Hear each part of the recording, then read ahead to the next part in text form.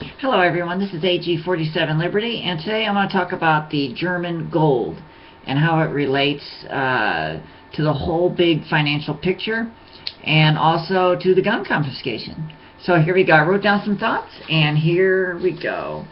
Germans wanting their gold. Up till now, most people have looked at the situation from a financial angle. The financial aspect is being used to distract or camouflage what is really going on. What's really going on is political. That's my opinion. It's political. Remember, these banks, central banks, are actually agents of the government. And what do governments want more than money/gold? They want power. The Germans know the gold is gone. They're using the situation to gain power over the U.S. government and the U.S. people and our geography and our land, okay? Why else would they agree to a measly 300 tons to be returned over 7 years? The Chinese are doing the same with their hoard of U.S. treasuries. That's why the Chinese made the overt act to call for the disarmament of all Americans.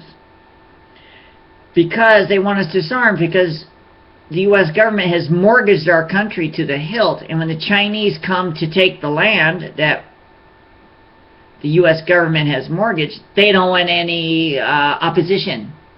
With guns, we can oppose them to say, wait a minute, our government I didn't give the U.S. government permission to mortgage my land. Anyway, the government doesn't even have the right to own land, by the way. All right. We didn't get in the Constitution. We did not give them that privilege. All right. The Russians are in on it too. I suspect the Russians are just the middlemen between the Germans and the Chinese. Again, this is all about power. Money is just a tool in order to use power, to wield power. What is power, you might ask? Is the ability to make someone or something do something. All right, that's why we have all these draconian laws now. Who's the biggest debt holders? Chinese, the Germans, the Russians. These people are all authoritarians. Why do you think our country has become more and more authoritarian? They're adopting the policies of their creditors.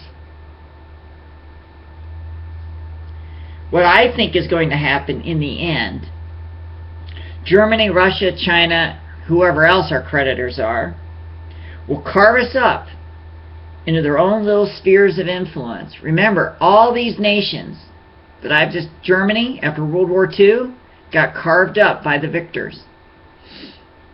China, it got carved up. Matter of fact, the United States had its own sphere of influence over China, as long as many other Western powers. Russia too. During the Russian Revolution, I shouldn't say we, but the U.S. bankers with the government sided with the communists and divvied up Russia that way. Okay. Let's see. Oh, so that's basically what I just said. Why does Germany, Russia, and China want to harm the U.S.? It is because of the actions of the U.S. government and their clients, the banks. In the past, the U.S. government intervened and or occupied these nations. In all these nations, it was American bankers who supported and established three of the world's most bloodthirsty regimes. All three nations were famous for their concentration camps, secret arrests, secret police, and mass genocides of their own people. And that is exactly what is being established in the U.S. You know, when you create a monster, when you create something, you better know how to deal with it. We've created 3 monsters, and unfortunately, we don't know how to deal with them, but they're going to deal with us. Payback is going to be a bitch. We should all be very aware of that.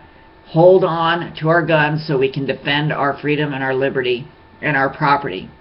Because without that, we're no more than slaves. We're no more than some disposable resource. Alright, so thank you for listening to me, and I hope I have enlightened you a little bit. This is my opinion, but I think there's some validity to it. Remember, trust in God. Everyone else pays in silver.